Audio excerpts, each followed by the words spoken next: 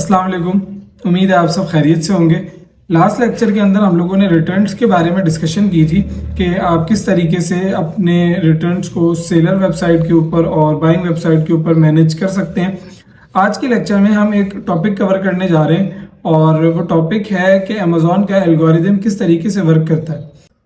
अब देखें, जब आप एक प्रोडक्ट को अमेज़ॉन के ऊपर लिस्ट करते हैं ना, तो अमेज़ॉन कुछ क्वालिटीज़ की बेसिस के ऊपर उस प्रोडक्ट को रैंकिंग में लेकर आता है।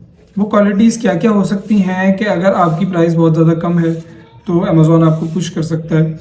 अगर आपकी प्रोडक्ट के ऊपर बहुत अच्छे रिव्यूज़ और बहुत सारी रेटिंग्स हैं तो अमेज़ॉन आपको जो है वो पुश कर सकता है। या फिर आपकी सेल्स बहुत ज़्यादा अच्छी हैं तो अमेज़ॉन आपको मज़ीद रिकमेंड कर सकता है कि भाई ये बंदा इतनी प्रोडक्ट्स को सेल कर रहा है, इसका मतलब इसकी क्वालिटी भी अच्छी है और हम इसको जो है वो और प्रमोट करते हैं। लेकिन सबसे इम्पॉर्टेंट फीचर जो होता है ना, वो होता है आपकी लिस्टिंग की हेल्थ। अब लिस्टिंग की हेल्थ के अंदर क्या क्या चीज़ें आती हैं जब आप एक प्रोडक्ट को लिस्ट कर रहे होते हैं ना।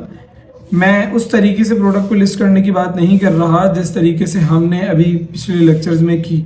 हम ड्रॉप शिपिंग के लिए प्रोडक्ट को लिस्ट कर रहे थे, लेकिन जब एक बिल्कुल न्यू प्रोडक्ट लिस्ट होती है ना, तो उसके अंदर सारी इंफॉर्मेशन आपने डालनी होती है। आपने प्रोडक्ट की इमेजेस डालनी होती हैं, आपने प्रोडक्ट का टाइटल डालना होता है, या उसके अलावा आपने प्रोडक्ट की डिस्क्रिप्शन डालनी होती है।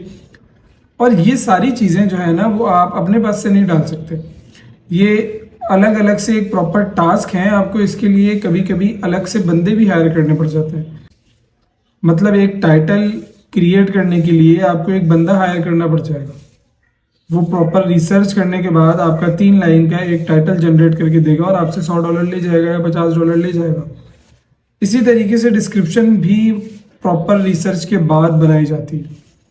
मतलब कीवर्ड्स रिसर्च होती है कि अमेज़ॉन के ऊपर कौन कौन से वर्ड्स डिमांड में हैं, आपकी प्रोडक्ट जो है वो किन कीवर्ड्स की बेसिस के ऊपर सर्च में आती है, आपकी जो भी कीवर्ड्स होंगे, आपकी जो क्वालिटीज़ होंगी, उन क्वालिटीज़ को देखते हुए आपको कौन से कीवर्ड्स सूट करेंगे। ये सारी रिसर्च करने के बाद एक अच्छी खासी लंबी रिसर्च होती है ये। और ये रिसर्च करने के बाद आप कुछ कीवर्ड्स निकालते हैं, फिर उन कीवर्ड्स को अरेंज करके आप एक टाइटल और डिस्क्रिप्शन बनाते हैं प्रोडक्ट की। और सारी गेम भी ना कीवर्ड्स के ऊपर ही चल रही होती है।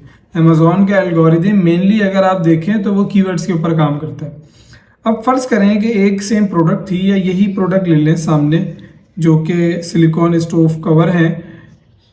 एक जगह पे ये प्रोडक्ट 19 दिरहम की सेल हो रही है और दूसरी जगह पे ये प्रोडक्ट 36 दिरहम्स की, ऑलमोस्ट ये 35 दिरहम्स की सेल हो रही है। बिल्कुल एग्जैक्ट सेम प्रोडक्ट है ये। इमेजेस डिफरेंट तरीके से ली गई हैं लेकिन सेम प्रोडक्ट है। अब देखें, यहाँ पर जो पहली इमेज है ना प्रोडक्ट की, मेनली हम पहली इमेज को ही देखते हैं प्रोडक्ट की। जब भी हमने खोलनी होती है तो हमें वो पहली इमेज ही नजर आती है, फर्स्ट इमेज। यहाँ पर देखेंगे फर्स्ट इमेज के अंदर इसने सिंपल प्रोडक्ट की इमेज दी हुई है वाइट बैकग्राउंड के साथ। लेकिन इसने क्या किया हुआ है कि देखें, इसने प्रोडक्ट की तो इमेज दे दी, उसके बाद मजीद उसका जो यूज़र एक्सपीरियंस होगा ना, कि ये किस तरीके से नज़र आएगी लगी हुई आपके किचन के अंदर, या स्टोव के जो गैप्स होते हैं उसको फिल करने के बाद ये किस तरीके से नज़र आएगा, इसने अपनी इमेज के अंदर वो भी बता दिया है। अब देखें, ये छोटी छोटी सी चीज़ें मैटर कर रही होती हैं कस्टमर की अट्रैक्शन लेने के अंदर। कस्टमर को अपनी प्रोडक्ट की तरफ खींच कर लाना ही सबसे मोस्ट इम्पोर्टेंट काम है। अगर आप कस्टमर को अपनी लिस्टिंग तक ले आए और उसने ये चीज़ परचेज करनी है, जो चीज़ आप बेच रहे हैं, तो 80 to 90% चांस है वो कि आपसे ही परचेज करके जाए, वो दूसरी लिस्टिंग के ऊपर जाए ही ना।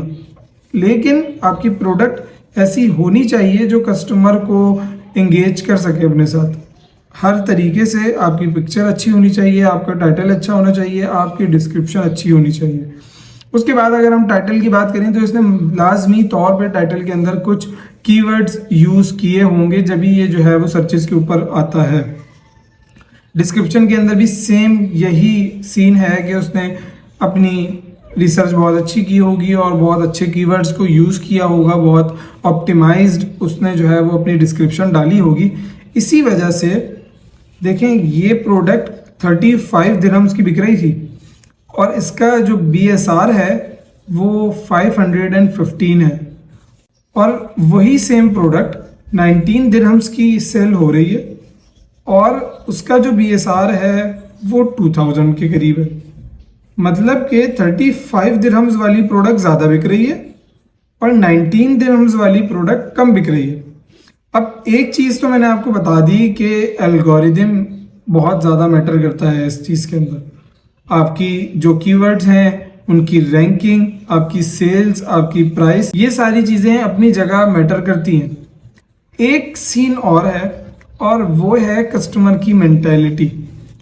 अब देखिए, हमारे यहाँ भी इस तरह के लोग मौजूद हैं जो ठेले पे रखी हुई चीज़ जो कि 20 रुपए की बिक रही थी, वो छोड़ के किसी शीशे वाली दुकान से 100 रुपए की ले लेंगे और उसको बोलेंगे कि ये क्वालिटी अच्छी है। इस तरह की मेंटालिटी हर कंट्री के अंदर या हर आवाम के अंदर, हर कौम के अंदर पाई जाती है। तो हमारा मेन टारगेट जो है ना, वो इस तरह की मेंटालिटी वाले लोग होंगे जो कि दुबई में रह रहे हैं या फिर कंप्लीट UAE के अंदर रह रहे हैं और वहाँ पर लोगों के पास बहुत पैसा है। लोगों को इतना टाइम ज़ाया करने की आदत नहीं है। लोग सिंपल आते हैं अमेज़ॉन के ऊपर, अपना कीवर्ड डालते हैं, जो पहली लिस्टिंग नज़र आती है, दूसरी लिस्टिंग नज़र आती है, उसको देखते हैं कि यार ये प्रोडक्ट ठीक है, दिखने में सही लग रही है। अमेज़ॉन के ऊपर ट्रस्ट पहले ही बिल्ड हो चुका है कि अमेज़ॉन से क्वालिटी ख़राब नहीं आती। वो सिंपल जो है वो प्रोडक्ट को बस सिलेक्ट करते हैं और ऑर्डर प्लेस करते हैं। अब वो 20 दिरहम की हो या 40 दिरहम की हो, उनको 20 दिरहम की खरीदने में भी कोई फ़र्क नहीं पड़ेगा और 40 दिरहम की खरीदने में भी कोई फ़र्क नहीं पड़ेगा।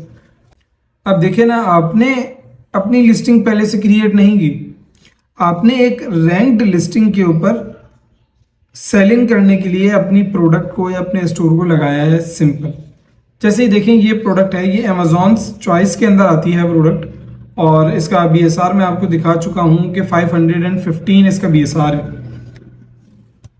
इसके ऊपर भी 3-4 सेलर्स और मजीद बैठे हुए हैं। अब फर्ज करें कि ये प्रोडक्ट हमारी सेलिंग के हिसाब से अप्रूव हो जाती है, जो कि ये अप्रूव हो रही है।